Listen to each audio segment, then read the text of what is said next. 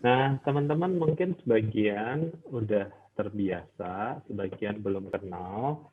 Teman-teman boleh ikuti saya di @wahyu_pramudia, itu akun relasi untuk umum ya. Jadi jangan heran kalau follower saya banyak dari yang berkeyakinan berbeda. Terus yang di @pdtwp itu terkait dengan pelayanan. Nah, tema kita adalah Don't Sweat the Small Stuff gitu ya. Nanti saya akan tuntun di dalam 5 poin dan semoga kita bisa berinteraksi bersama supaya percakapannya menjadi lebih menarik gitu ya. Saya akan coba seaplikatif mungkin agar ini menolong teman-teman yang sudah menikah. Kan tidak ada yang masih single di sini kan. Oke. Mari kita mulai percakapan kita dengan yang pertama. 5 tahun pertama adalah masa-masa pembentukan pola relasi dalam hubungan suami istri. Apa yang terjadi di masa ini adalah masa depan pola relasi. Jadi seperti tanah liat yang sedang enak-enaknya dibentuk, sebenarnya pola relasi dalam kehidupan Pak Sutri itu terbentuk pada 5 tahun pertama. Bukannya lebih dari itu nggak bisa, tetapi lebih daripada itu butuh anugerah Tuhan, butuh mujizat Tuhan, butuh intervensi yang luar biasa karena polanya sudah terbentuk dan sulit. Jadi ya, kalau saya ketemu klien saya gitu yang berkonflik terus lari, nginep di hotel, anonim, nanti pulang sendiri 1 minggu, 2 minggu, 3 bulan bahkan, itu biasanya saya udah bisa mengenali bahwa pola-pola yang sama itu sudah menjadi bagian dari hidup mereka sejak awal pernikahan. Kan habis bulan madu selesai tinggal bulan-bulanan aja kan. Entah suami atau istri yang jadi bulan-bulanan gitu ya. Ada periode di mana relasi itu sangat-sangat manis, lalu menjejak kenyataan gitu ya. Bahwa suami Anda misalnya suka naruh anduk di tempat tidur, dan Anda berkata 1799 kali kukatakan kepadamu, anduk tidak punya kaki sendiri. Jadi tolong taruh di tempat yang benar. Ternyata juga itu tidak bisa. Lalu kemudian ada juga suami yang mengeluhkan tentang istri saya. Lepas bulan madu, Pak, saya jadi bulan-bulanan istri saya. Ngomongnya cek banyak itu, Pak. Burung berkicau aja menunggu matahari terbit. Selesai matahari terbenam. Istri saya ini melampaui itu. Barangkali ini tipe istri yang disebut Tuhan Yesus ya, Pak WP. Maksudnya, iya, Tuhan Yesus kan pernah bercerita tentang tipe-tipe istri. Saya bilang, Pak, saya menghabiskan 5 tahun di sekolah teologi, tambah 2 tahun, saya nggak pernah tahu tuh Tuhan Yesus berbicara tentang tipe-tipe istri. Ada kok, Pak. Pak WP yang nggak baca baik-baik. Oh iya, yang mana? Itu yang bagian Tuhan Yesus berkata, jenis ini nggak bisa diusir kecuali dengan doa dan puasa. Pak, itu puasa gelap, bukan istri. Saya kira Tuhan Yesus ngomong soalnya persis seperti istri saya, Pak. Jadi berbahagialah saudara-saudara yang masih di dalam 5, 6, sampai 7 tahun masa relasi lah. Ini kita meletakkan fondasi, gitu. Bagaimana kalau berkonflik, bagaimana kalau menyelesaikannya, perkataan apa yang masih bisa ditoleransi, perkataan apa yang tidak bisa ditoleransi. Jadi ini golden period untuk fondasi pola relasi suami istri. Bagi yang sudah di atas 5-7 tahun ke atas, lihat ya, cara Anda menyelesaikan konflik, cara Anda berkomunikasi, even cara Anda making love dengan pasangan Anda, itu sebenarnya cerminan dari apa yang dilakukan 5 tahun yang pertama. Biasanya begitu. Nah itu jadi bagi yang baru menikah, manfaatkanlah periode ini dengan baik. Jika Anda sudah di atas 10 tahun, ya nasib, terima aja ya, bahwa dia akan sulit untuk berubah. Bukan hanya sulit berubah, ditukar tambah juga nggak mau. Dan nggak ada yang mau, gitu ya. Jadi manfaatkan sebaik mungkin 5 tahun sampai 7 tahun pertama. Nah sayangnya, saudara-saudara, kita itu kan tidak pernah lepas dari konflik ya. Tetapi seringkali konflik itu dibiarkan begitu saja. Wes toh Pak, tunggu istri saya adem, tunggu suami saya waras. Nek dia sudah nggak kerasukan kan nanti tenang sendiri. Tapi tidak pernah ada percakapan. Sebenarnya kita berkelahi tentang apa sih? Dan kesimpulan kita dari perkelahian kita ini apa gitu loh. Nah, di dalam hal ini, konflik itu gagal untuk membawa pasangan mengenal lebih dalam satu dengan yang lain. Saudara-saudara, dalam kondisi seperti apa kita benar-benar apa adanya dalam kondisi berkonflik. Segala yang ada di dalam hati dan pikiran kita ketika berkonflik itu dikeluarkan. Kita benar-benar terlanjang dengan segala keinginan kita, dengan segala harapan kita, dengan segala permohonan kita. Kita betul-betul keluarin begitu aja. Tetapi sayangnya kalau sudah dikeluarin tetapi tidak dibersihkan, tidak di-clean up. Padahal konflik itu adalah sarana yang baik bagi kita untuk mengenal pikiran dan perasaan-perasaan pasangan kita dengan lebih mendalam. Perhatikan yang saya katakan ya, quotable banget. Konflik bukanlah tanda pernikahan yang buruk. Konflik adalah tanda pernikahan. Kalau nggak ada konflik, Pak. Kalau nggak ada konflik berarti yang terjadi penganiayaan. Yang satu membuli kepada yang lain. Konflik kan menyaratkan dua orang ini ada dalam kekuatan posisi yang sama, bukan? Gitu. Kalau nggak konflik yang terjadi apa, Pak, biasanya? Satu, bullying, satu pihak kepada pihak yang lain. Kedua, sama-sama menjaga jarak. Tidak bersentuhan, tidak bergesekan, tetapi juga damai, tetapi gersang. Jadi sebenarnya konflik bukanlah tanda pernikahan yang buruk, saya katakan. Konflik adalah tanda bahwa Anda menikah. Karena nggak mungkin lepas dari konflik. Nah, ketika orang dalam kondisi emosi tinggi, semua dikeluarin itu, ditumpahin, ya ayo kita tata bersama. Sebenarnya kamu itu pengennya apa? Nah, saya masih ingat ketika baru pertama kali menikah dulu ya, saya itu tidak ingin merepotkan istri saya dengan menyiapkan segala jenis makanan itu. Saya nggak pengen.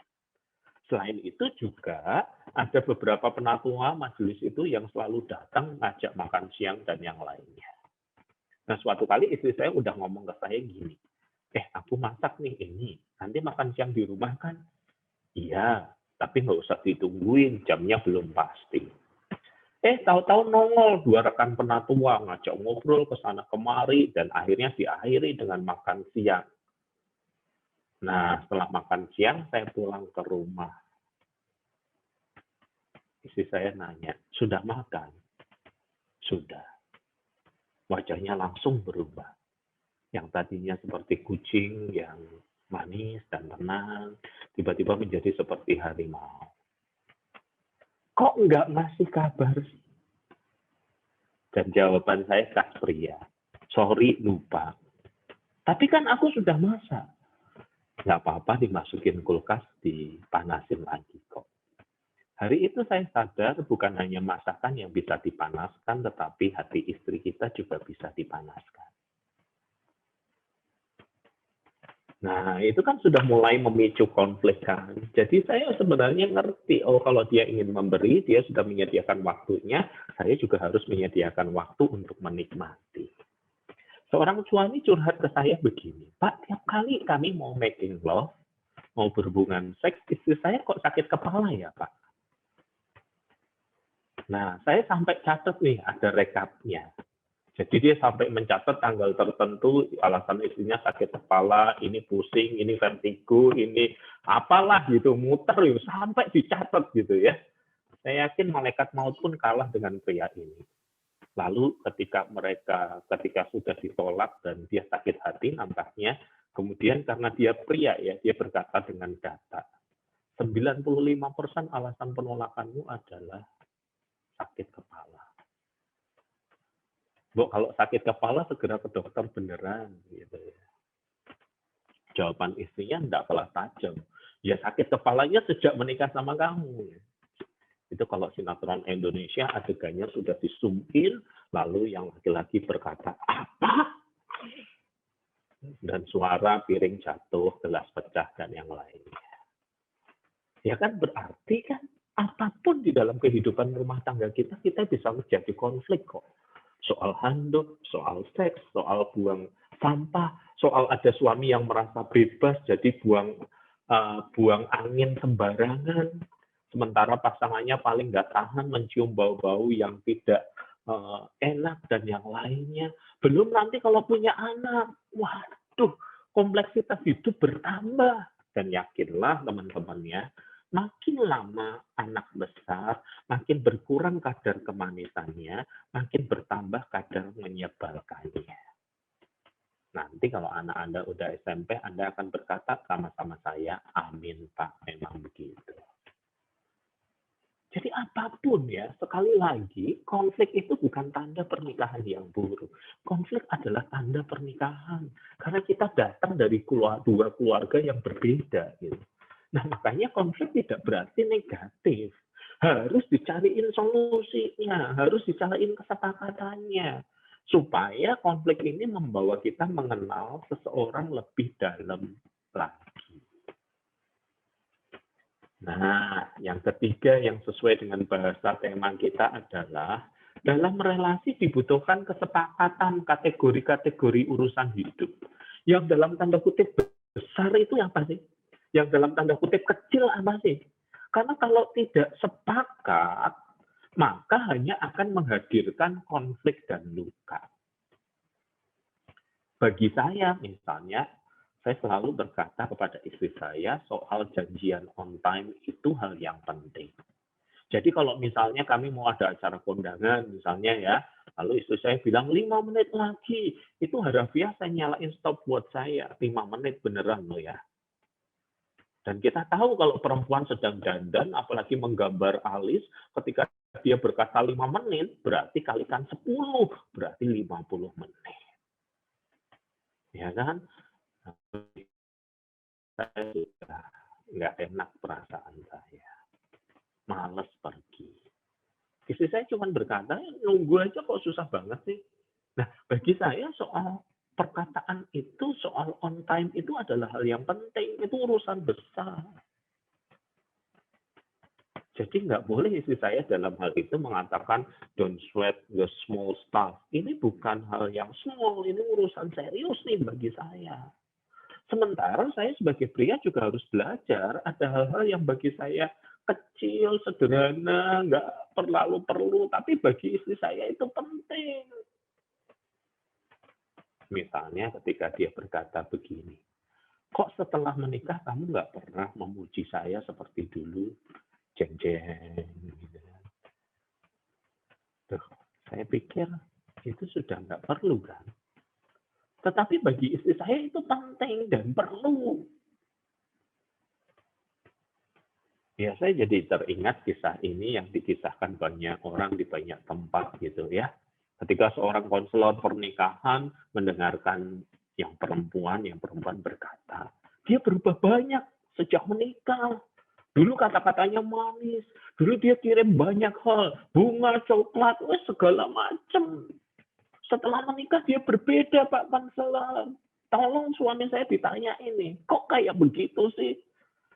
Lalu sang suami menjawab konselornya, gini loh Pak, Bapak pernah nggak ngeliat bahwa kalau ikan itu udah terpancing masih dikasih umpan lagi nggak Pak?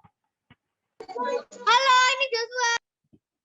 Halo Joshua, God bless you ya anak ya. Boleh tolong dilanjutkan Jos? Om lupa nih sampai di mana nih.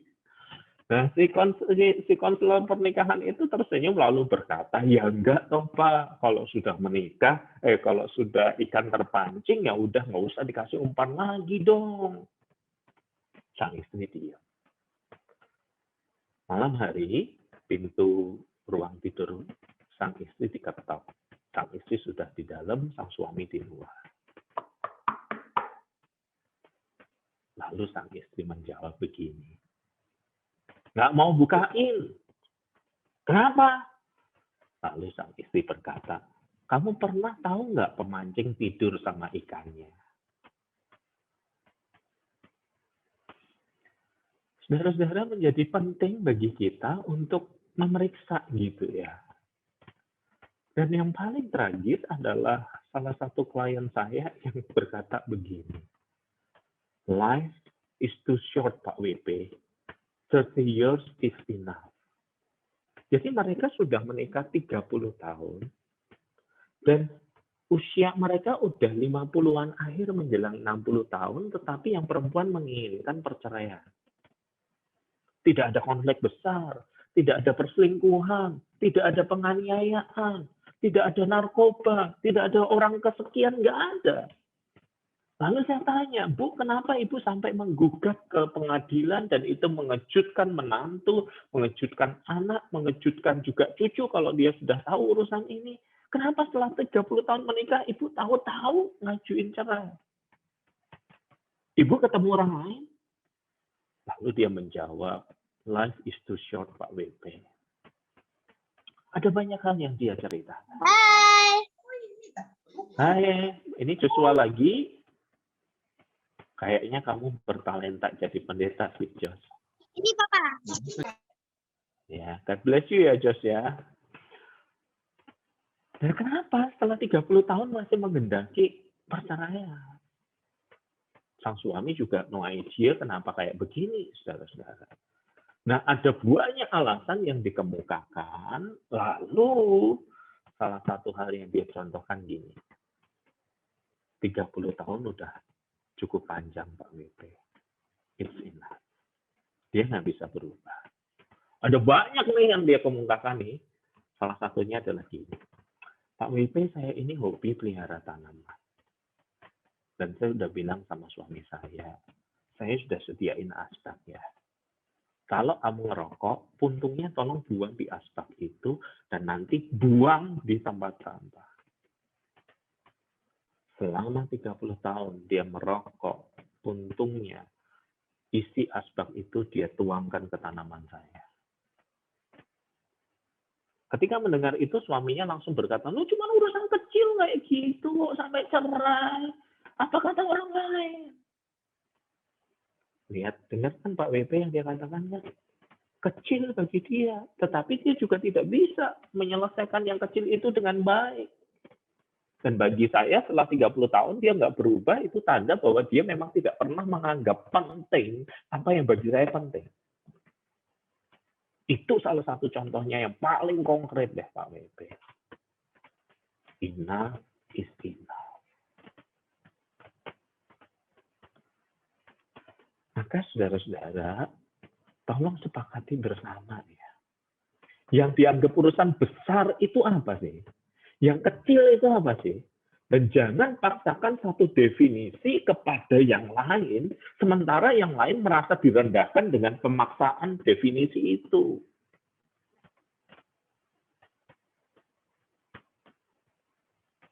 Seorang laki-laki cerita gini. Pak, saya marah banget sama istri saya. Kenapa? Ya, sebagai laki-laki kan saya punya mainan, toh Pak. Saya suka bikin Gundam itu loh, Pak. Ya sih, jujur saya bilang sama istri saya itu harganya nggak mahal loh, cuma 50-60 ribuan. Dan suatu kali ponakannya istri datang, Pak. Dan dia suka dengan Gundam itu. Bapak bayangkan dari 20 Gundam saya, 10 dibawa pulang sama dia. Saya marah, istri saya berkata, itu kan cuma mainan. Dan harganya murah. Padahal saudara kalau tahu harga Gundam berapa, dan sang suami mengatakan, itu nggak mainan, itu bagian dari hobi, itu bagian dari hidupku. Dan kemudian istrinya menutup masalah dengan berkata, kamu bilang toh harganya 50 ribu, toh ini di bawah 10 nih, 500 ribu selesai urusan. Nah, sang suaminya saya rasa juga kalau bisa gigit bantal itu, kayak gitu. Nah, ada hal-hal yang bagi pasangan kita itu urusan serius di dalam hidupnya. Jangan dikecilin. Sepakati mana yang besar, mana yang kecil. Apa yang bernilai baginya seharusnya bernilai bagi Anda, demikian juga sebaliknya gitu loh. Nah, kalau sudah 5 tahun lebih menikah, nggak ada sepakat, maka yang terjadi saya khawatirkan, nanti yang terjadi adalah bukan hanya tidak ada kesepakatan, yang terjadi nanti adalah konflik dan luka. Kekecewaan, kemarahan, konflik, dan juga luka. Kadang-kadang kayak gitu sih terjadinya. Nah, mari kita masuk poin yang keempat. Pasangan membutuhkan rasa aman dan disayang sebagai pijakan untuk perubahan dalam hidupnya. Karena terbuka kemungkinan pasangan akan mengalami kegagalan dalam proses perubahan itu. Jadi dia harus aman dan disayang, aman dan dihormati kalau laki-laki. Karena ketika dia ingin mencoba sesuatu yang baru, bisa jadi dia gagal dalam proses itu. Dan orang paling nggak suka kalau gagal. Istri saya kan dari saat juga ya, dan dia sudah keluar dari rumahnya pada usia yang cukup muda. Ketika kami menikah, saya tahu dia berjuang untuk belajar memasak, gitu ya. Ya, itu masa-masa yang sulit juga bagi saya kan, gitu ya. Nah, suatu kali ada jenis masakan tertentu yang menurut saya enak. Dan istri saya nanya, enak nggak? Biasanya saya jawab diplomatis. Tapi hari itu saya jawab dengan sangat lugas, ini enak. Maklumlah saya suami yang belum berpengalaman. Sejak saya bilang itu enak, maka hari berikutnya lagi, teman-teman yang tersenyum tahu apa yang terjadi. Kenapa itu diulang? Karena dia ingin membahagiakan saya, karena dia tidak ingin gagal. Jadi sayalah yang harus mendorongnya untuk berkata, ini enak. Tetapi kalau ini setiap hari, jadi kurang pas. Coba yang lain ya. Kadang berhasil, kadang gagal. Tetap kok saya makan kok. Nah, itu memberi pada dia sebuah rasa aman. Lebih baik mencoba daripada mengulang menu yang sama. Pria juga begitu. Ya. Pria itu sangat butuh rasa aman dan dihormati selain disayang supaya dia bisa kinerjanya bisa bagus. Bayangkan kalau suami Anda gagal dalam bisnis ya. Atau bisnisnya stuck terus, atau posisinya stuck terus kayak gitu ya. Nggak maju-maju, nggak berubah, nggak melakukan apapun gitu. Kenapa sih pria nggak berani mencoba yang baru? Karena takut salah, karena takut gagal. Nanti dia takut mendengar komentar dari istrinya, apalagi mertuanya. Laki-laki kok nggak bisa kerja, apalagi mertuanya. Atau mau jadi babi ngepet aja karena nggak bisa kerja. Gitu. Nah, laki-laki itu ya, paling takut dengan kegagalan. Nggak percaya. Lihat itu iklan obat-obat dewasa. Jarang saya mendengar iklan untuk perempuan supaya awet, tahan lama, serbaguna gitu ya. Jarang.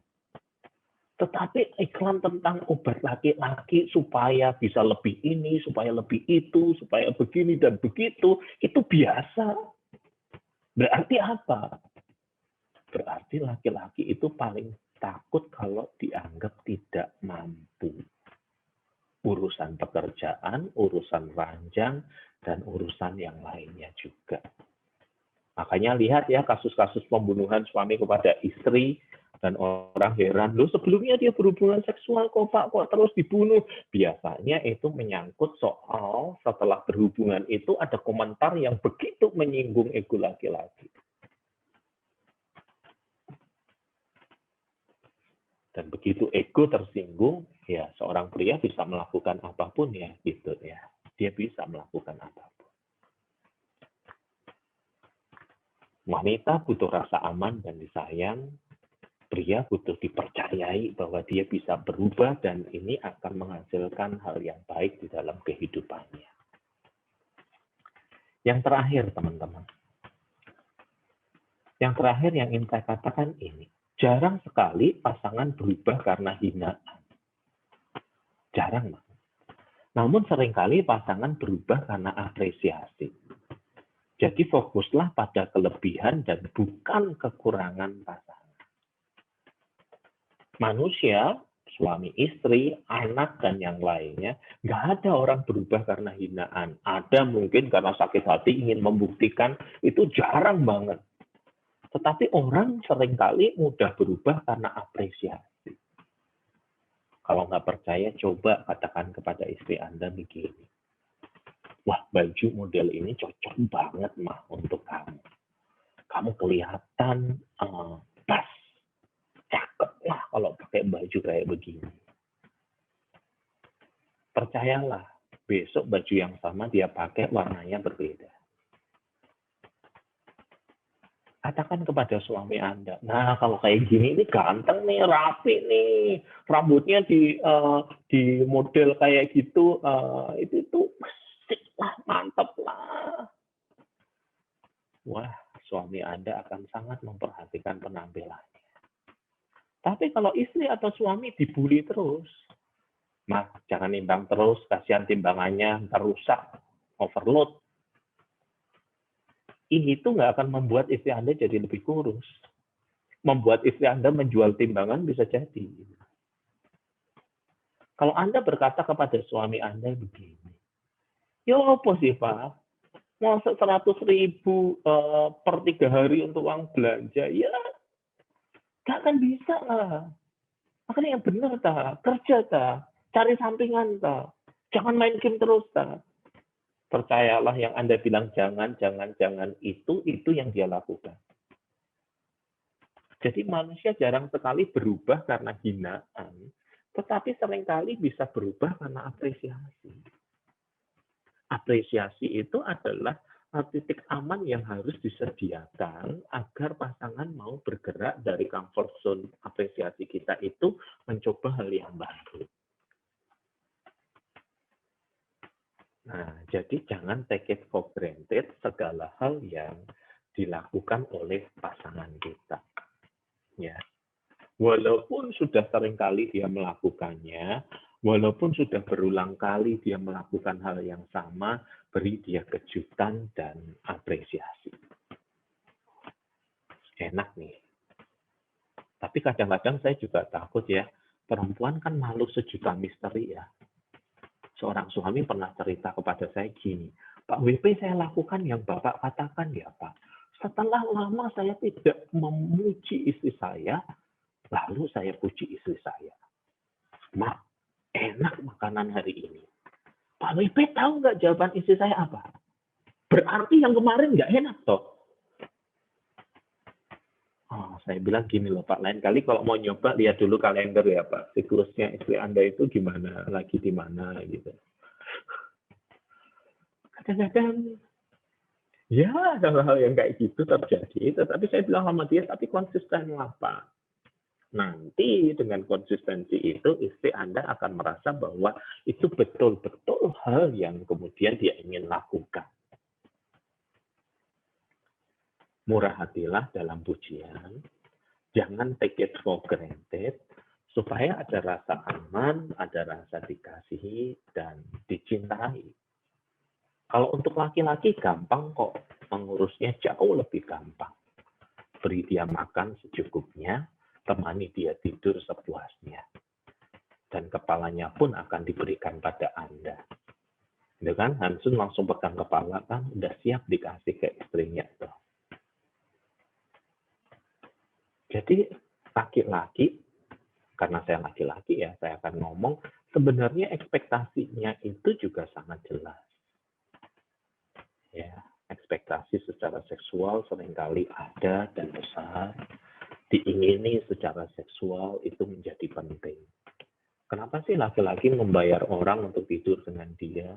Karena dengan membayar, orang yang mau tidur dengan dia itu akan melayani dia gitu. Ada rasa diinginkan, dilayani, walaupun palsu. Dan seringkali mereka berkata kepada saya gini, daripada saya nggak dapat Pak, lebih baik saya dapat yang palsu. bahkan sampai pada titik itu. Nah, saudara-saudara, Alkitab bagi saya mengajarkan sebuah prinsip relasi yang jelas ya. Dan kita sudah sering dengar prinsip itu berulang kali. Istri diminta untuk menghormati suami seperti kepada Tuhan. Ada referensinya seperti kepada Tuhan.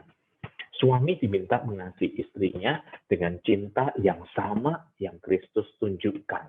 Jadi ada referensinya, seperti Kristus mencintai dan berkorban. Itu artinya apa sih?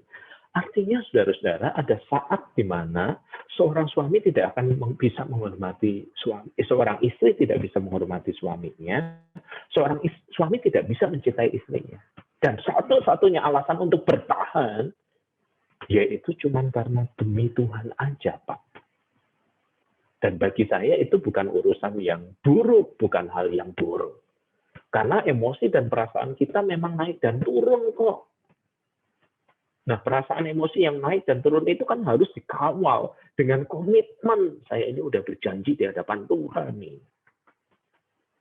Jadi bukan hal yang salah kalau stay di dalam pernikahan karena kita menghormati janji kita kepada Tuhan.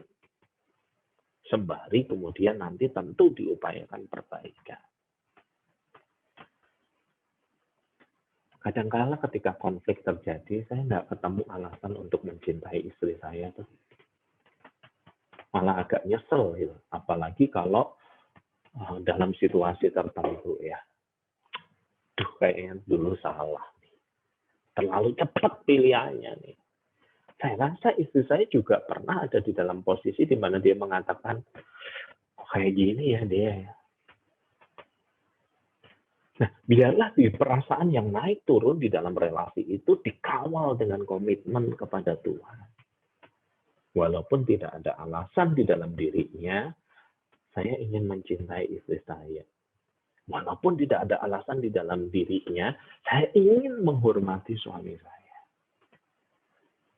Rasa dicintai akan menyebabkan perempuan mau berubah. Rasa dihormati akan menyebabkan pria, suami berani mencoba sesuatu yang baru. Nah, saya berhenti sampai pada bagian ini. Anda boleh bertanya kepada saya, japri aja boleh, nanti saya bahasakan ulang pertanyaan Anda, dan selanjutnya, kalau mau bertanya secara terbuka juga boleh. Saya serahkan kepada siapa nih yang memimpin acara ini, silakan. Ya, silakan teman-teman boleh memberikan, kalau ada sesuatu yang agak private, boleh chat personal ke Pak WP, nanti bisa disampaikan anonim case-nya, pergumulan atau pertanyaannya. Kalau ada hal yang lebih general, kita juga boleh lemparkan.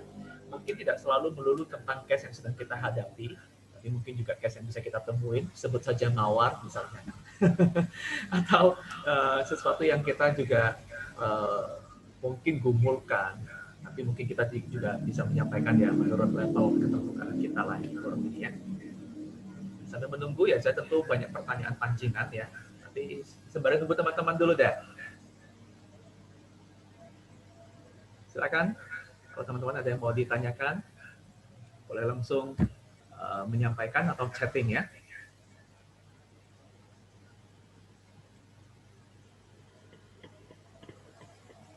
Nah, ini ada komen menarik nih, Pak Hansen di chat ya. Suami sih bilangnya Gundamnya murah gitu. Nah, saya mau kasih cerita kepada teman-teman gini ya. Pria itu supaya normal, dia butuh pekerjaan selain butuh istri ya. Tetapi seperti perahu dengan dua cadik itu. Pertama dia butuh komunitas, dan yang kedua dia butuh hobi. Nah, seringkali hobi ini kan butuh uang ya. Apalagi kalau istrinya galak, keturunan dari pemungut cukai yang mencatat pengeluaran dengan begitu ketat. Nah, biasanya para istri ini malah yang mencegah supaya suami jangan keluarnya banyak-banyak. Sehingga akhirnya sang suami berbohong. Seorang pria, fotografer, teman lama saya berkata begini, Pak WP kemarin aku beli lensa baru 15 juta, Pak. Ini dari mana uangmu? Kan saya tanya, karena saya tahu uangnya dipegang sang istri. dari uang laki-laki. Maksudnya uang laki-laki apa? Uang pendapatan selain pendapatan utama. Saya kan kerja sampingan. Pendapatan utama dilaporkan, pendapatan sampingan uang laki-laki. Saya baru tahu uang ada gendernya. Terus dia beli 15 juta. Nah, ini pria kerjasama dengan teman pria yang lainnya, minta notanya dibuat 5 juta. Karena dia tahu istrinya pasti kepo, kiriman itu pasti dibuka. Nah, kemudian dia berangkat ke luar negeri. Kiriman datang waktu dia di luar negeri. Lalu suatu kali istrinya WA gini, kamu beli lensa lagi ya? Iya, tapi sesuai kesepakatan kita kan harganya 5 juta. Gak percaya aku. Cek, buka. Istrinya cek dan buka, ternyata kwitansinya 5 juta. Istrinya sih nggak googling, nggak apa, wes percaya ya kwitansinya 5 juta. 3 hari kemudian sang istri WA. Aku tahu, Pak, ladang bisnis yang baru. Apa, Mak? Jual beli lensa kamera. Kemarin temenmu datang ke sini lihat barang itu langsung dibayar cash 10 juta. Tak kasih no, Pak. Cuan 5 juta. Nah, suaminya teman saya bilang gini, saya pengen jedokin kepala deh ke dinding. Gimana ya Pak, ngaku salah, nggak ngaku tekor lagi. Jadi demi kepentingan bapak-bapak, hari ini aku berkata kepadamu ibu-ibu, izinkan dia punya hobi. Izinkan dia menikmati hasil kerjanya. Saya tahu yang bersama pasangan nih langsung follow saya nih. Yes Pak, betul Pak. Tapi saya juga ingin berkata yang sebaliknya, Bapak-bapak, kalau ibu rumah tangga adalah pekerjaan, sebagaimana tercantum di kolom pekerjaan, berilah dia cuti jadi ibu rumah tangga 2 minggu dalam setahun, dan kasih dia uang untuk jalan-jalan. Ya, biar dia happy. Happy wife, happy life. Imbang kan? Ya, saya ngomong imbang kan? Gitu ya. Dan mintalah cuti ibu rumah tangga itu dan biayai. Kalau pandemi sudah selesai ya ibu-ibu boleh bersama gengnya ke Hong Kong, ke Macau, Kutub Utara atau kemanapun boleh. You need it. Kamu perlu itu. Jadi happy wife, happy life, happy husband, semua pasti terjamin. Ya. Silahkan Pak Hansun. Ya, saya mau tanya nih sekalian. Ini terutama untuk pasangan yang misalnya sudah 5 tahun ke atas ya. Ini kan sebagian besar, sebagian dari sini mungkin usia pernikahan juga sudah level ini. Nah ini biasanya kalau umumnya saya temukan yang dalam tempat pelayanan ini, biasanya pria memang lebih sulit. Misalnya untuk hal apapun ya, termasuk kalau misalnya ke gereja aja, yang selalu lebih mudah, inisiatif, dan ya gampang diajak untuk apapun ya, itu perempuan. Sementara laki-lakinya biasanya kalau di sini cenderung ngikut. Nah, jangankan ngomong hal yang sehari-hari, dalam hal yang rohani pun ternyata di sini banyak ditemukan perempuan yang memang lebih mudah untuk ya diberi pengertian, diajak dan macam-macam. Nah, dari Pak WP sendiri ini kan sebenarnya ya, kalau perempuan yang terlalu dominan memimpin misalnya ya, sekalipun kita bisa bilang tiap orang karakteristiknya beda-beda tuh. Nah, tapi dalam hal ini ya, biasanya kan kita bisa lihat ya, kondisi yang di luar itu juga mungkin bisa sedikit jadi clue tentang kondisi dalam rumah tangga. Nah, persoalannya, kalau seandainya perempuan yang lebih dominan memimpin di rumah tangga, nah menurut Pak WP ini gimana? Apalagi yang sudah ya 5-6 tahun seperti itu begitu ya. Iya, teman-teman saya mau ngomong dengan sangat terbuka ya. Dosa pria itu bukan saja apa yang dia lakukan, tetapi dosa pria atau dosa suami, ibu-ibu pasti sebentar lagi akan berkata amin, mayoritas adalah apa yang dia tidak mau lakukan. Pasif, tidak berinisiatif. Dan itu sudah tercermin dalam kisah narasi Adam dan Hawa di Perjanjian Lama kan. Tidak ada komen dari Adam ketika istrinya dicobai. Tidak ada komen dari Adam ketika istrinya memberikan buah itu. Tidak ada komen. diam. Dan kita tahu apa yang terjadi selanjutnya.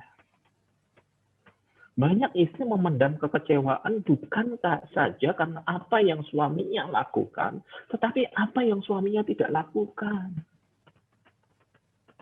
Suami saya nggak pernah ngajak doa bareng, Pak.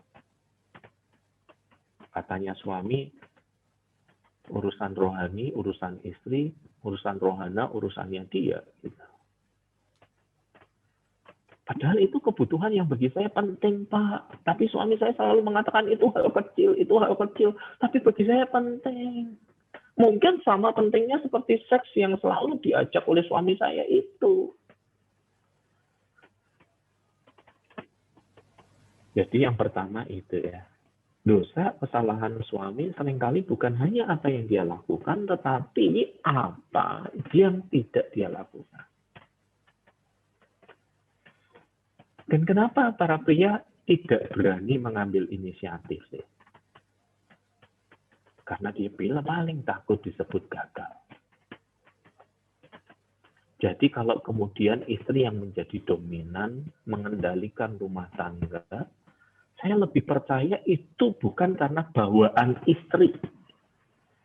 Wah, istri saya memang kebapaan, Pak. Saya nggak pernah dengar kalimat itu. Tetapi dia melihat bahwa suaminya tidak capable, diam saja, makanya dia maju untuk memimpin. Kalau suaminya ikhlas dan menerima, nggak masalah. Tetapi seringkali diam-diam sang suami terluka. Lalu sang suami mengaktualisasikan kepemimpinannya pada sosok yang lebih minor dibanding dirinya. Salah satu klien saya ya, seorang laki-laki ganteng. Istrinya juga cantik. Pokoknya di atas makhluk bumi rata-rata lah. Kalau di Jakarta udah jadi selebritis pasti. Istrinya berkata kepada saya gini, Pak, suami saya selingkuh. Kayaknya dipelet. Lalu saya ketemu suaminya, dan kebetulan saya pergi ke apartemen tempat di mana suami dan selingkuhannya tinggal. Suaminya kayaknya pengen menunjukkan sesuatu kepada saya bahwa dia tidak dipelet.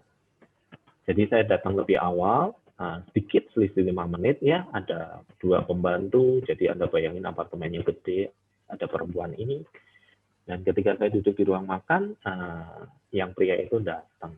Nah, selingkuhannya ini, sebenarnya kalau dari nilai penampilan, istrinya 9, si perempuan ini 6 lah.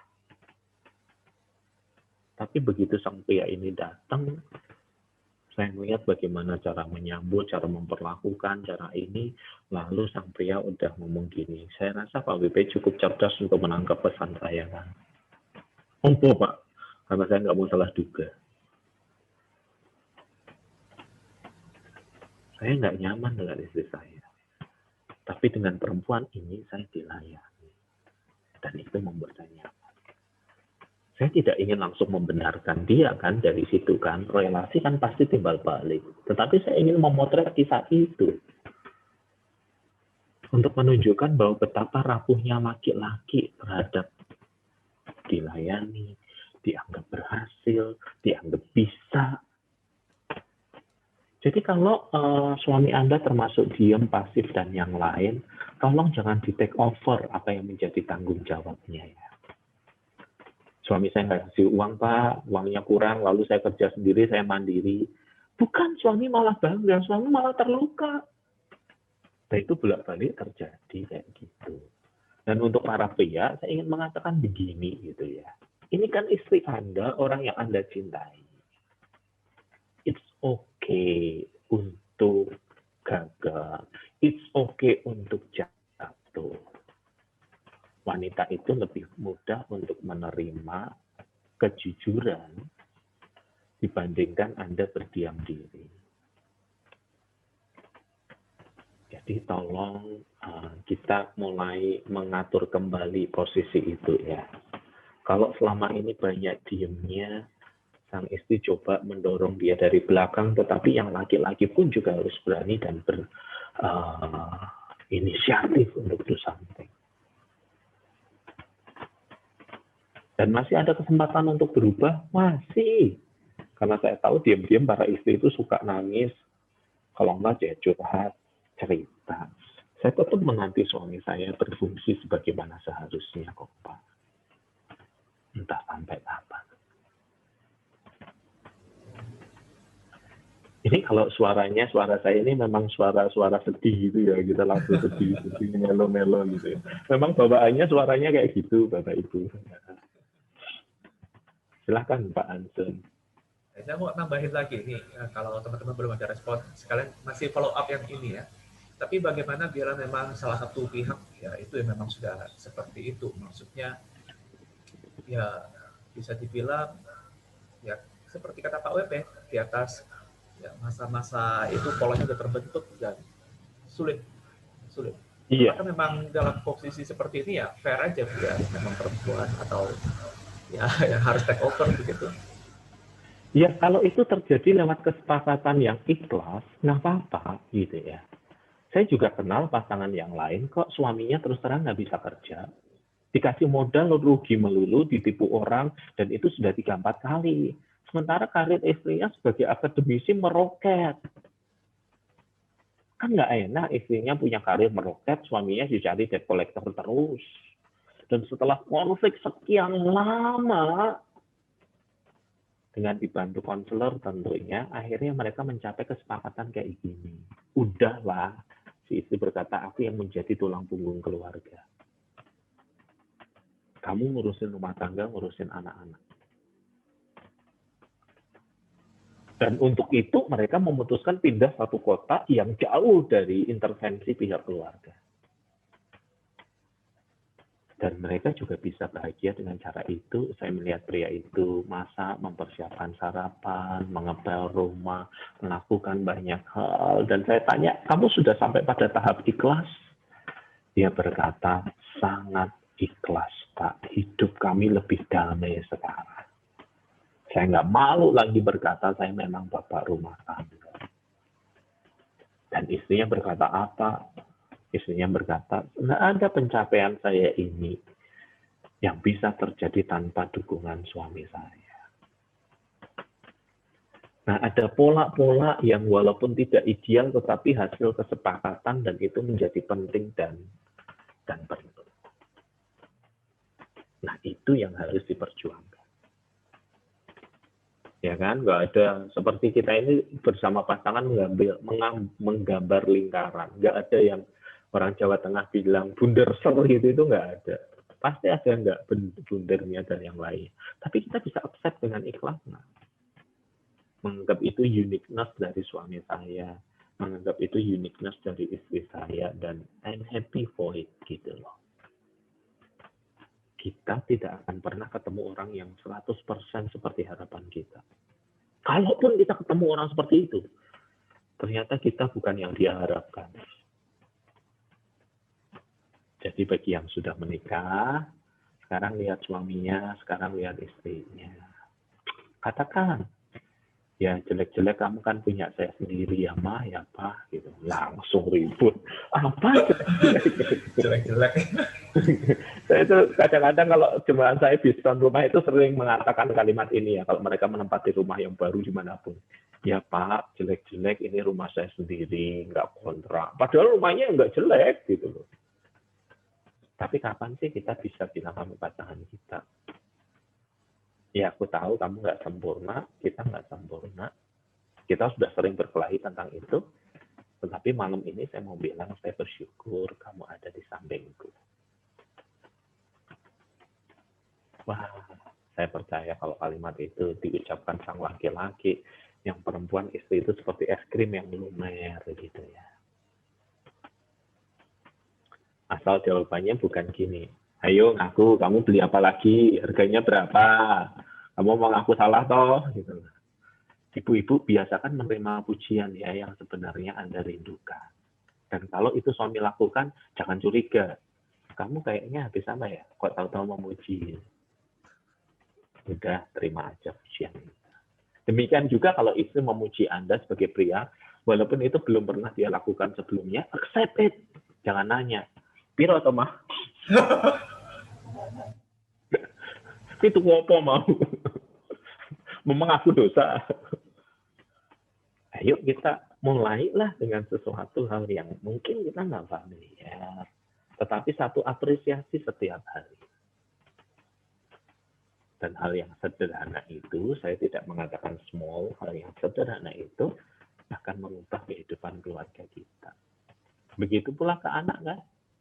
Jangan ngomelin melulu, cium dia dan katakan, Papa bangga loh punya anak kayak kamu. Mama juga sayang banget sama kamu walaupun marah. Nanti kan anak itu bisa membalasnya dengan berkata, ya walaupun mami cerewet, aku sayang kok.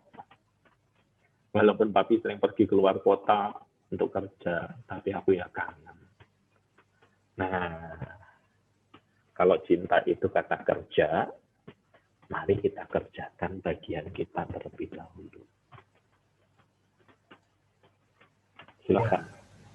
Thank you Pak WP untuk sharing yang ini, bagian pertanyaan saya ini. Saya berikan pertanyaan ini juga bisa jadi guidance dan hopefully teman-teman kita semua yang ikut hari ini ya, apalagi kalau yang bisa dengan pasangannya masing-masing, hopefully selesai sesi ini pun ya kita bisa komit untuk mulai lakuin ini ke pasangan kita, termasuk tadi itu ya, berikan apresiasi yang memang pasangan kita butuhkan supaya dia bisa perform menjalankan bagiannya. Nah, walaupun tadi sebagian yang Pak WP sampaikan itu memang sangat relevan dan memang ya itu yang terjadi dalam hal sehari-hari, tapi bukan bermaksud untuk membuli istri ya.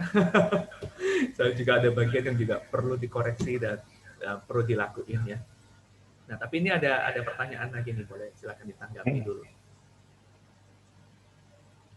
Iya, perkataan adalah informasi, tapi kenapa ya ada orang salah terima informasi? Kalau orang salah terima informasi, Pak, ada dua kemungkinan. Yang pertama, komunikatornya nggak baik. Saya beri contoh ya. Misalnya situasi seperti ini antara pria dan wanita. Yang laki-laki itu ingin memberi informasi bahwa perusahaan tempat bekerjanya telah memotong gajinya separuh di masa pandemi ini. Ketika ketemu istrinya, berkomunikasinya kayak gini. Kamu harus hidup hemat ya. Dicukup-cukup, no. Jangan nuntut-nuntut sama aku ya. Sekarang ini, gajiku dipotong separuh. Kamu ngerti nggak? Komunikasi yang buruk adalah komunikasi yang mengatakan kamu. Dan itu bukan sekedar informasi, itu berubah menjadi tuntutan. Mengapa tidak mengatakan saya? Ma, non, ni, atau gimana pun cara kita memanggil pasangan kita, saya lagi sedih. Gajiku dipotong separuh. Nangis berjemaah yuk nih. Nah, saya yakin istri Anda waktu itu sudah langsung nangis berjemaah dengan Anda. Nah, kalau dua pola komunikasi tadi kan berbeda. Yang disampaikan datanya sama. Tetapi ketika caranya buruk, itu berubah menjadi tuntutan orang lain. Lah apa selama aku ini nggak hemat? Lah apa selama ini aku ini boros? Kok tahu-tahu mbak suruh ini? Lalu yang laki-laki akan berkata kalau di ruang konseling, istri saya kok nggak bisa nangkep ya Pak perkataan saya itu. Maksudnya saya itu cuma mau cerita, gajiku dipotong separuh. Kurang jelas apa sih saya ngomong? Lalu istrinya bilang, loh kalau mau ngomong gitu, ngomongnya tidak begitu. Kamu dari awal sudah nyalano aku. Katakan, Ma, gajiku dipotong separuh. Loh itu kan tak ngomongin. Iya, tapi kan di akhir. Pertama kali ngomong, kamu bilang, kamu itu harus hemat, kamu itu harus ini. Nah, ternyata menyampaikan informasi pun ternyata bisa tidak mudah. Yang pertama itu. Yang kedua, cara menyampaikan informasinya udah benar. Tetapi memang kondisi penerimanya yang nggak siap. Jadi ini ya Bapak Ibu ya suami istri ya. Tolong hal-hal yang serius jangan lewat WA. Tolong hal-hal yang penting jangan lewat telepon. Kalau bisa ketemu dalam situasi tenang, kita udah janjian setelah anak-anak tidur nanti kita ngobrol ya. Nah, barulah disampaikan itu. Supaya apa? Supaya pasangan Anda pun bisa merespons dengan proper dan tepat. Kalau saatnya tidak tepat, jangankan kabar buruk, kabar baik pun bisa jadi buruk gitu. Jadi sampaikanlah dengan proper dan tepat. Itu bagian kita, walaupun kadangkala ada saatnya di mana yang menerima ini yang error juga ada sih. Ya, sebagai suami kita tahulah kapan paling tepat berbicara kepada istri kita. Kapan harus menunda informasi cari momen yang tepat, baru ngomong. Jadi bukan sekedar cara, tetapi waktu juga harus tepat. Itulah teman-teman kenapa data aja, kenapa informasi saja bisa berubah dan orang bisa salah tangkap dengan itu. Satu, kita tidak cakap. Kedua, receiver-nya memang dalam kondisi tidak siap. Ketiga, bungkusan message-nya dibungkus dengan cara yang keliru.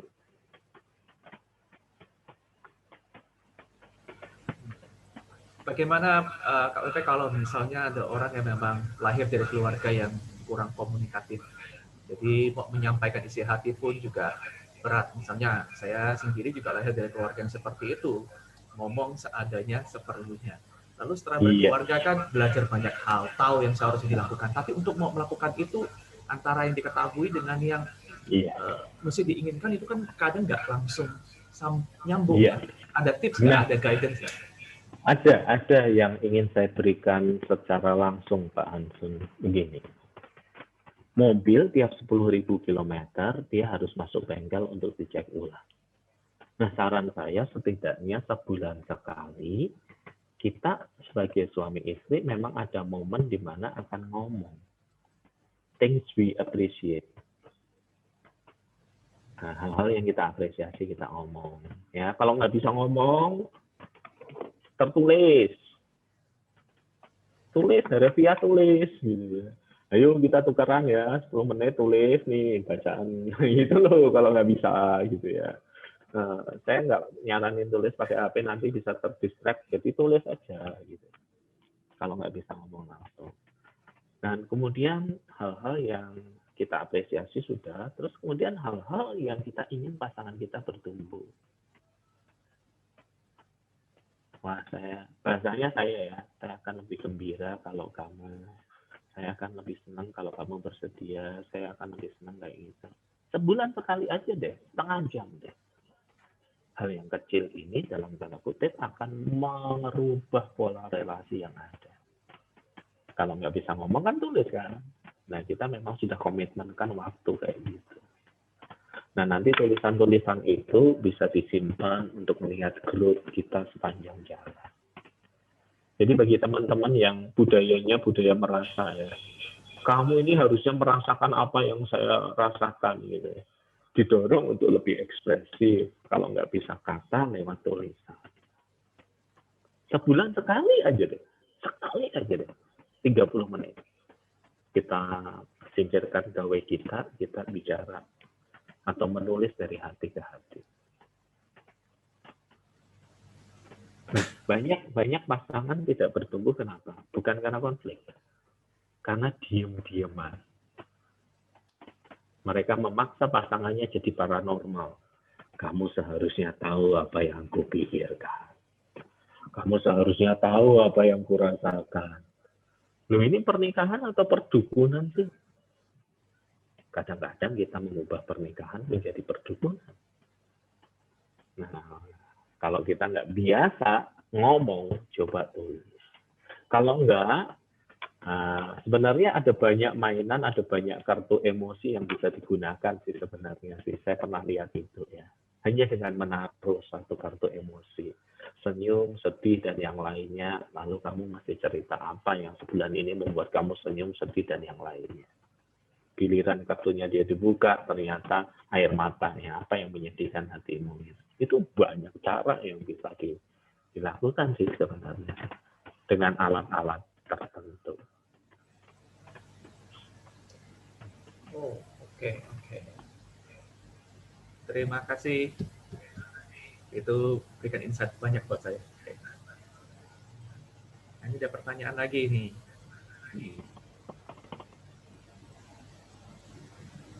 Definisi mengalah dalam hal kecil itu seperti apa, Pak? Karena definisi kecil tadi kan berbeda-beda. Ya, betul. Saya berkata definisinya kecil adalah hal yang kita sepakati bersama itu kecil.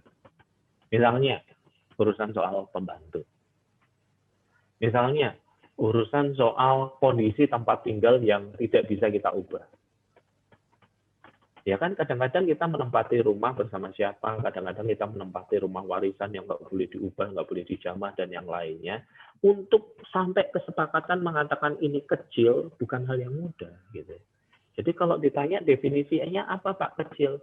Kecil adalah urusan yang kita sepakati bersama bahwa itu kecil. Urusan besar misalnya memberi kepada orang tua, mengunjungi waktu sakit, anak sakit itu urusan besar. Tetapi kalau urusan soal pembantu perilakunya kayak apa, kemudian rumah kita kondisinya kayak bagaimana, itu kita sepakat kategorikan itu urusan kecil. Alias sebenarnya saya mendorong untuk mencapai kesepakatan itu. Hal yang paling konkret ya teman-teman gini ya. Saya bekerja, istri bekerja. Dan sebagai pendeta, seringkali itu banyak orang datang minta uang itu banyak, memberi uang lebih sedikit. Nah, kadang-kadang istri saya tertipu. Kadang-kadang saya marahin dia, musuh gitu aja nggak tahu sih, itu pasti palsu, itu kan tertipu. Ya, tapi aku kasihan dan yang lainnya. Gitu. Nah, setelah berulang kali proses itu terjadi, lalu saya buat kesepakatan gini ya. Kalau jumlah tertentu, rupiah tertentu, kamu bisa keluarkan, kamu bisa tolong orang lain tanpa pengetahuanku. Jadi kamu ketipu pun saya ikhlas. Tetapi kalau jumlah tertentu, kamu harus menghubungi saya. Nah, urusan yang dulu jadi konflik di antara kami, akhirnya kan menemukan definisinya, menemukan solusinya, menemukan kesepakatannya. Jadi kita sepakat bahwa, oh kalau urusan ini, cara menanganinya, prosedur SOP-nya satu kayak begini, dua kayak begitu. Ikutilah SOP itu. Dan saya berkata kepada istri saya gini, sebagai pria, saya bertanggung jawab untuk kehidupan rumah tangga. Kamu punya gaji, mau kamu pakai apapun, kamu nggak usah izin sama saya. It's up to you. Nah, ini kan kesepakatan gitu ya. Supaya kita benar-benar bisa meletakkan, oh ini kotak masalah kecil. Karena apa? Karena kita udah sama-sama perspektif melihatnya. Tetapi ini kotak masalah besar. Kenapa? Karena kita sama-sama melihat ini urusan yang gede. Yang mau nggak mau keputusannya harus diskusi terus nih. Jadi saya nggak kaget lagi sekarang. Dikit-dikit paket, dikit-dikit paket, dikit-dikit paket. Atau istri saya juga nggak terkejut kalau melihat barang hobi saya, loh kok nambah lagi ya? Loh kok nambah lagi ya? Loh kok nambah lagi ya? Gitu. Hobi saya kan ajaib-ajaib gitu ya. Jadi kita udah sampai pada titik, oke ya, ini yang dulu kamu bilang kecil. Karena kamu bilang kecil, responsmu melukai hatiku. Kita udah bisa melihat itu dari perspektif yang bersama kan. Oke, urusan ini kita letakkan di kotak yang mana? Kotak kita kecil anggap kecil, kotak bersama kita anggap besar, kotak yang sedang dan yang lain. Nah, itu kesepakatan-kesepakatan itu harus dilakukan. Tidak boleh terjadi pemaksaan definisi. Liburan itu urusan kecil lah bagi saya, tetapi ternyata nggak pernah bisa liburan. Sementara bagi pasangannya itu urusan serius banget, harus ada, nggak boleh nggak ada. Nah, yuk kita kayak naruh post-it itu. Secara bersama kita kasih nama apa ini? Skor 1 sampai 10, size-nya berapa ini? Kecil, sedang, besar? perhatikan pengamatan saya ya. Hal yang sering kali menyebabkan kita berkonflik adalah hal di mana sang suami menilai berbeda dengan sang istri menilai. Belum terjadi kesepakatan bobot, ini urusan kecil atau urusan besar. Dan itu yang menyebabkan konflik berulang-ulang. Coba diingat-ingat. Semoga saya tidak keliru-keliru amat ya. Lihat konflik Anda berulang. Terjadi perbedaan bobot penilaian terhadap isu itu dari sudut pandang laki-laki dan perempuan. Dan pembobotan yang berbeda itu terlihat. Pak, kalau aku cerita dengerin dong. Jangan main HP, apalagi main game. Lalu sang suami menjawab, Ma, dengerin pakai telinga atau pakai mata? Pakai telinga. Ya nggak apa-apa, kamu cerita aja. Aku sambil main game bisa kok. Jeng. Nah, berarti terjadi pembobotan yang berbeda untuk isu yang dipercakapkan. Kalau bobotnya sama kan tentu titik perhatiannya akan sama. Apakah ada kemungkinan penerima perkataan tidak menerima informasi tetapi menerima sebagai tantangan menang dan kalah? Bisa. Kalau nada menyampaikannya ini loh kadang-kadang nada dan cara menyampaikannya itu loh yang kadang-kadang memang berbeda, latar belakang budaya dan yang lainnya berbeda sehingga persepsinya jadi lain. Ini saya kasih contoh konkret ya terkait misalnya pengasuhan anak.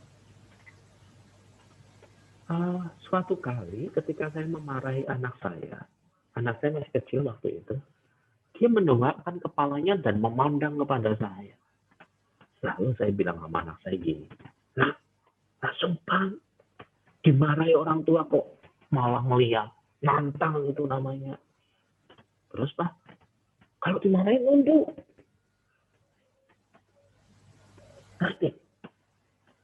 Ngerti Pak. Jadi kamu nanti nantang Papa enggak? Enggak. Tapi sekarang kamu ngerti kan Papa nganggap kamu nantang kan? Ngerti Pak. Jadi sekarang kalau dimarahi harus apa? Nunduk. Pintar. 3 bulan kemudian saya mendengar istri saya memarahi anak saya di lantai atas ini. Nah, kamu mama marahi kok malah nunduk? Gak memperhatikan. Kalau dimarahi itu lihat. Supaya mama tahu, kamu juga tahu. Siapa sih yang ngajarin kalau dimarahi nunduk? Saya dengar suara itu di bawah, saya diam. Lalu anak saya menjawab, Papa. Lihat kan? Ini kebetulan melibatkan pihak yang lain, tetapi ada perbedaan menilai dari gestur tertentu. Berarti kan harus ada kesepakatan kan? Sekali lagi ya, kalau suami lagi ngomong serius itu gesturnya kayak gini. Kalau istri lagi butuh didengarkan itu gesturnya kayak begini. Nah, kalau sekian lama kita masih sering salah paham, berarti apa? Berarti komunikasi tidak lancar. Konflik tidak tuntas. Karena kalau konflik tuntas, dia akan menghasilkan kita pengenalan lebih mendalam. Dan saking mendalamnya, nanti lama-lama kata nggak perlu.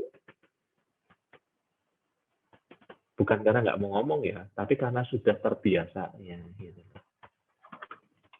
Saya datang di acara kawinan, bukan meja ya, makan apa itu namanya standing party gitu ya. Dan ada makanan utama di tengah, kemudian makanan-makanan yang lebih menarik di pinggir ya. Saya lihat ada kambing guling, saya ke sana jarang-jarang dapat kambing guling kan. Jadi saya melipir ke sana, terus doa. Begitu doa amin, saya mau ambil piring. Kedaulan satu om usianya udah senior, udah lansia. Cepat banget sih om, muncul dari mana? Nah ketika si om mengulurkan piringnya ke pelayan, dia melihat saya. Hei Pak WP, lama nggak ketemu, gimana kabarnya ya? Si om ini gembala sebuah gereja, umurnya udah 70-an tahun, agak gemuk sih gitu. Lalu saya tanya, om masih berani makan kambing? WP, takut itu cuma sama Tuhan, sama makanan kok takut. Ngerti dong ya? Ngerti, saya bilang. Nah, ketika sudah dilayani, tiba-tiba si om memberikan makanan itu ke saya. Buat kamu aja. kaget. Lalu matanya ngelirik ke arah sono. Saya juga melihat ke arah sono. Ada seorang perempuan tua gini tangannya. Lalu si Om bilang, bojoku. Aku wani mangan, aku turun nang garasi. Saya berani makan, saya tidur di garasi. Lalu saya jawab sama si Om takut itu sama Tuhan aja. Jangan sama yang lain. Sebenarnya pertanyaannya gini ya. Dari mana dia tahu isinya gini itu artinya jangan coba-coba. Apa sebelum berangkat sudah di briefing? Ini bahasa kode kita ya, gini artinya jangan coba-coba. Enggak, itu datang dari pengalaman. Seiring perjalanan waktu saling mengerti isi hati masing-masing, saling mengerti godaan masing-masing, satu ingin melaju, satu direm gitu kan. Sedangkan saya kalau isi saya gini, saya lagi antri makanan, saya tahu artinya. Lu jangan ambil untuk dirimu sendiri, ambilin juga dong buat gua dong gitu. Nah, yang seperti ini itu kan the next level of communication di mana sudah saling sama-sama terbuka tahu dan sudah klik bener lah, enak gitu loh. Bukan karena nggak mau ngomong, karena kadang-kadang kata jadi nggak perlu untuk tingkat komunikasi tertentu. Nah, biar nanti kita menua dengan ini ya, dengan kedipan mata kita sudah tahu pasangan kita ini bukan kelilipan, tetapi dia ingin mengatakan sesuatu dan kita udah nangkep kodenya gitu ya. Nah, nanti kalau suami kita sedang ingin sesuatu, kita udah kelihatan, ini wajahnya itu udah kelihatan kayak gini. Nah, itu kan berasal dari salah paham, dikoreksi, jadi paham bersama kan.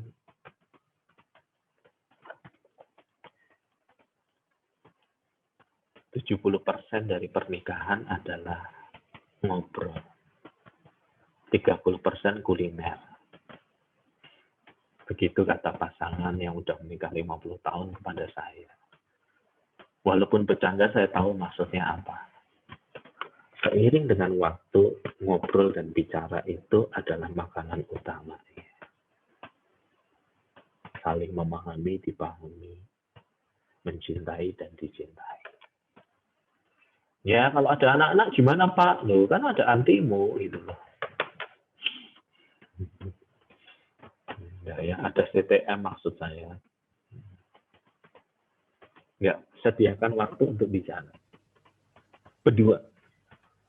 Entah di rumah, di loteng, di dapur, di kamar mandi, dimanapun. Itu tadi ya, things we appreciate, hal-hal yang kita apresiasi, dan hal-hal yang kita ingin itu bertumbuh. Nah, saya tahu nih, setelah ngomong banyak gini, banyak dari Anda bilang gini, tahu gini, dulu nggak menikah ya Pak? Setuju. Saya barusan ketemu klien yang mengatakan dia menyesal setengah mati menikah. Padahal baru setahun menikah. Lebih enak pacaran Pak? Saya bilang yes. Karena tanggung jawab di dalam masa pacaran sifatnya terbatas, sedangkan tanggung jawab di dalam pernikahan. Wow. Wow. Wow banget. Ya.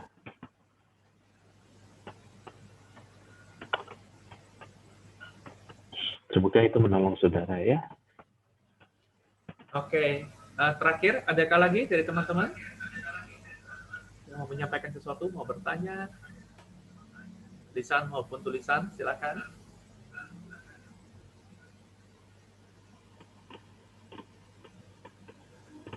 Baik, kalau nggak ada lagi, saya cuma mau memberikan summary aja, ringkasan dari apa yang kita dapatkan hari ini, dari yang disampaikan oleh Pak WP ya. Yang pertama adalah bahwa masa-masa pembentukan pola relasi, hubungan kita sebagai pasangan itu terjadi ya golden momennya itu 5-7 tahun ya. Jadi apa yang terjadi di masa depan itu dibentuk dari 5-7 tahun pertama itu ya. Nah, kadangkala konflik dibiarkan selesai begitu saja tanpa percakapan dan kesepakatan.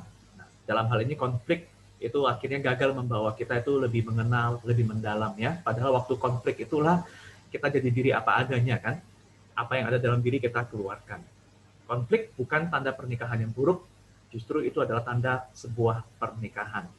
Maka dalam hal sweat the small stuff, bagaimana membedakan itu? Kita perlu sepakat, kita perlu komunikasi tentang apa itu kategori urusan besar dan kecil. Ketiadaan kesepakatan hanya akan menghadirkan konflik dan luka. Nah, pasangan butuh rasa aman, butuh disayang, apalagi pria butuh dipercaya dan dihormati sebagai pijakan untuk perubahan hidupnya. Pria sangat takut dengan kegagalan. Nah, ini saya note ya, yang besar-besar saya pria juga ya. Berikan hormat dan apresiasi agar ia bisa perform dan bisa berubah lebih baik. Nah, jarang sekali pasangan berubah karena hinaan, tapi lebih banyak karena apresiasi. Maka fokuskan pada kelebihan dan bukan kekurangan pasangan. Apa yang semakin dilarang, jangan justru biasanya akan semakin dilakukan. Maka lakukanlah dengan konsisten, don't take things for granted. Nah, relasi yang naik turun itu mesti dikawal dalam komitmen kepada Tuhan, bahkan meskipun tidak ada rasa sekalipun ya, misalnya rasa untuk menghormati atau mengasihi gitu ya. Dan ada beberapa pertanyaan di sepanjang sesi ini. Yang pertama, bagaimana bila ada perempuan yang lebih dominan dalam keluarga? Nah, ini reminder juga ya. Dosa pria, kesalahan pria bukan hanya karena melakukan sesuatu, tapi juga karena tidak melakukan apa yang seharusnya dilakukan. Lebih sering bukan karena perempuannya yang kebapaan, tanda kutip ya. Komunikasi yang buruk adalah komunikasi kamu. Itu akan menjadi kesan tuntutan ya. Mestinya gunakan yang istilahnya I statement ya, aku ya. Sampaikan hal-hal penting secara langsung, jangan via telepon atau chat ya. Sampaikan dengan proper dan tepat. Bagaimana bila ada pihak yang kurang komunikatif? Nah, ini juga saya tanyakan tadi ya. Misalnya karena didikan keluarga atau karena kepribadian, ada tips yang sangat baik yang juga bisa kita praktekkan. Yang pertama, kita bisa lakukan secara rutin, misalnya sebulan sekali, things to appreciate ya. Kita bisa katakan apa yang kita mau apresiasi dari pasangan kita sebulan sekali. Kalau rasanya kaku atau susah, bisa dicatat, dituliskan ya. Hal-hal yang kita ingin pasangan kita bertumbuh, dan kita bisa menulis dari hati ke hati. Juga ada tip tadi ya, saya sampai mau ini loh, cari di online store, mumpung hari ini Shopee lagi promo ya. Ada permainan kartu emosi ya. Jadi menemukan kartu itu, nah kita bisa share, terbuka mulai dari dapat kartu apa gitu ya. Banyak masalah antar pasangan itu terjadi bukan karena ada konflik saja, tapi justru karena tidak ada komunikasi, diam-diaman ya. Lalu pertanyaan terakhir tadi, definisi mengalah dalam hal kecil itu apa?